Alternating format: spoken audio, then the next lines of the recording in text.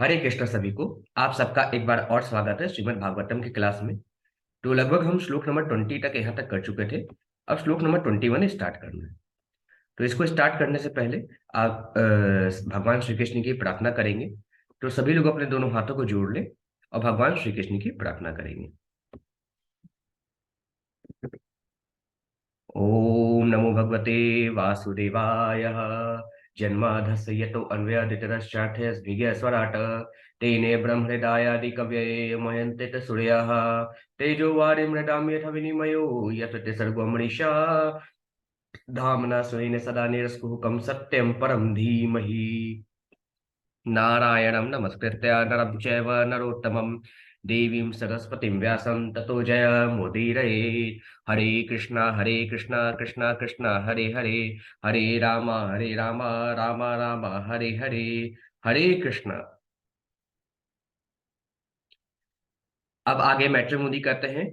यक्षरशांसि भूतानि पिशाचः पिशिताशनः भूतेष्वत्सता दुहुदुदुः कपाले क्षतजासवम्। अब मैट्रिमोनी कहते हैं। तब मांसाहार के आदि यक्षों, राक्षसों, भूतों तथा पिशाचों ने श्री शिव के अवतार रुद्र भूतनाथ को बछड़ा बनाया और रक्त से निर्मित पेय पदार्थों को धोकर उन्हें कपालों से बने पात्रों में रखा। फिर आगे मैत्रिमुनि कहते हैं। तथा हयो दंड शुकः सर्पा नागाश्च तक्षकम विधाय वत्सं दुदुः बिरल पात्रे विषम पयः। मैत्रिमुनि कहते हैं। तत्पश्चात फन वाले तथा बिना फन वाले सांपों, नागों, भिक्षुओं और अन्य विषैले पशुओं ने पृथ्वी के दूध के रूप में अपना अपना विष दूह लिया और इस विष को सांप के बिलों में रख दिया। उन्होंने तक्षक को बछड़ा बनाया था।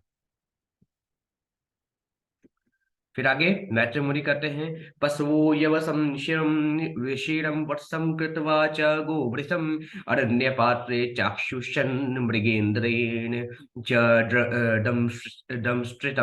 दंष्ट्रिनः क्रव्यादाः प्राणिनः क्रव्यं दुदुः सवे कलेवरे सुपर्णवत्सा विहिगाश्चरं चाचरमेव च। फिर आगे मैत्रिमुनि कहते हैं। गायों जैसे चौपाए पशुओं ने शिव के वाहन बैल को बछड़ा और जंगल को दूहने का पात्र बनाया। इस प्रकार उन्हें खाने के लिए ताजी हरी घास मिल गई।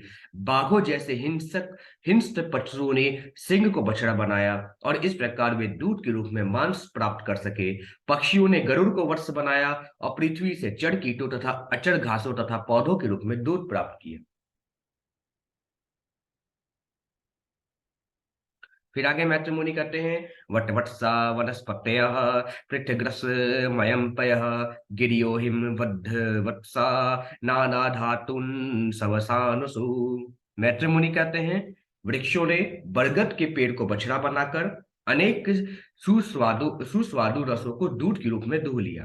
पर्वतों ने हिमालय को बछड़ा तथा पर्वत श्रृंगों को पात्र बनाकर नाना प्रकार की धातुएं दूही। फिर आगे मैत्रिमुनि कहते हैं। सर्वे सब मुख्य वत्सेना स्वे स्वे पात्रे पृथक पयः सर्वे काम दुधाम पृथ्वीम दुदुहु पृथुभाविताम। अब मैत्रिमुनि कहते हैं। पृथ्वी लोक ने सबों को अपना अपना भोजन प्रदान किया है। राजा पृथु के काल में पृथ्वी पूर्ण रूप से राजा के अधीन थी। अतः पृथ्वी के सभी वासी अपना अपना बछड़ा उत्पन्न करके तथा विभिन्न प्रकार के पात्रों में अपने विशिष्ट प्रकार के दूध को रखकर अपना भोजन प्राप्त कर सके। फिर आगे मैत्रिमुनि कहते हैं। एवं पृथ्वादयः पृथ्वी मन्नादाः समन्यमात्मनः दोह वन्न तसादिभेदेन क्षेरभेदम कुरुद्वः। मैत्रिमुनि कहते हैं। हे कुरुश्रेष्ठ विदुर जी, इस प्रकार राजा पृथु तथा अन्य भोजियों ने विभिन्न प्रकार के बछड़े उत्पन्न किए और अपने अपने खाद्य पदार्थों को दूह लिया। इस तरह उन्होंने विभिन्न प्रकार के खाद्य पदार्थ प्राप्त किए जो दूध का प्रतीक है।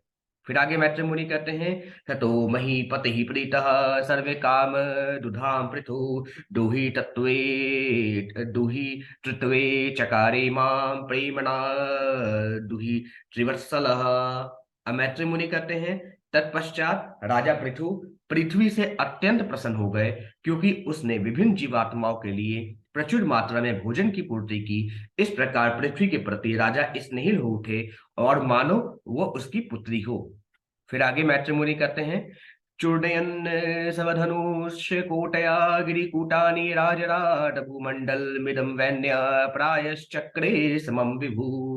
मैत्रिमुनि कहते हैं, फिर राजधिराज महाराज पृथु ने अपने बाण की शक्ति से पर्वतों को तोड़कर भूमंडल के समस्त ऊबड़ खाबड़ स्थानों को समतल किया। उनकी कृपा से भूमंडल की पूरी सतह प्राय सपाट हो गई।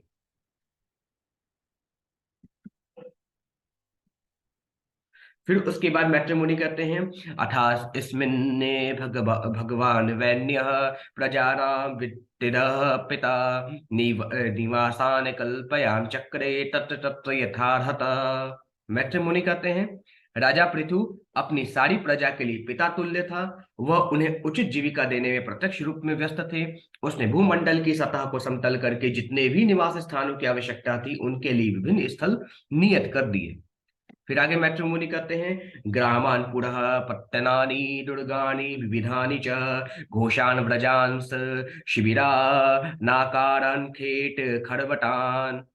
अब मैत्रिमुनि कहते हैं, इस प्रकार राजा ने अनेक प्रकार के गांव, बस्तियों, नगरों की स्थापना की और अनेक किले, ग्वालों की बस्तियां, पशुशालाएं, छावनियां, खाने, खेतीहर बस्तियां तथा पहाड़ी गांव बनाए। फिर आगे मैत्रिमुनि कहते हैं, प्राक पृथुरिह ने नैवे नैवैषा पुरग्रामादिकल्पना यथा सुखम वसंती सम तत्र तत्र कुतो भयः। मैत्रिमुनि कहते हैं, राजा पृथु के शासन के पूर्व विभिन्न नगरों, ग्रामों, गोचरों इत्यादि की सुनियोजित व्यवस्था न थी। सब कुछ तितर बितर था और हर व्यक्ति अपनी सुविधा के अनुसार अपना वास स्थान बनाता था। किंतु राजा पृथु के काल से नगरों तथा ग्रामों की योजनाएं बनने लगी।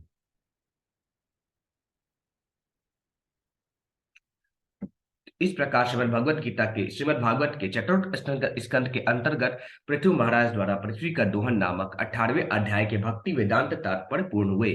बोलिए श्री कृष्ण भगवान की जय, वृंदावन बिहारी लाल की जय। हरे कृष्णा।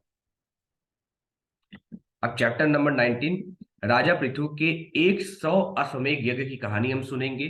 इसके बारे में कथा हम सुनेंगे। इसके लिए कल से स्टार्ट हम करेंगे। आज के लिए बस इतना ही। सभी को हरे कृष्ण।